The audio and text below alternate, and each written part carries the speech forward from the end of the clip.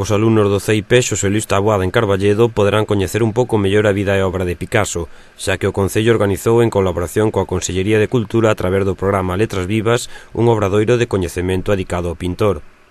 Unha actividade que se levará a cabo o vindeiro mércores. En realidade son dous obradoiros que son os mesmos, pero en dúas edicións.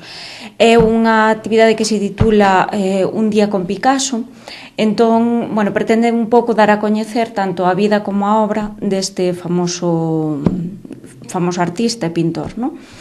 Entonces, eso, como che comentaba, vai haber dúas edicións, unha que vai a ser para os alumnos de primeiro, segundo e terceiro de primaria, que vai a ser entre as 12:45 e as 14 horas, e despois o segundo vai ser xa despois por a tarde, para os de cuarto, quinto e sexto, de 3:30 a 5 da tarde.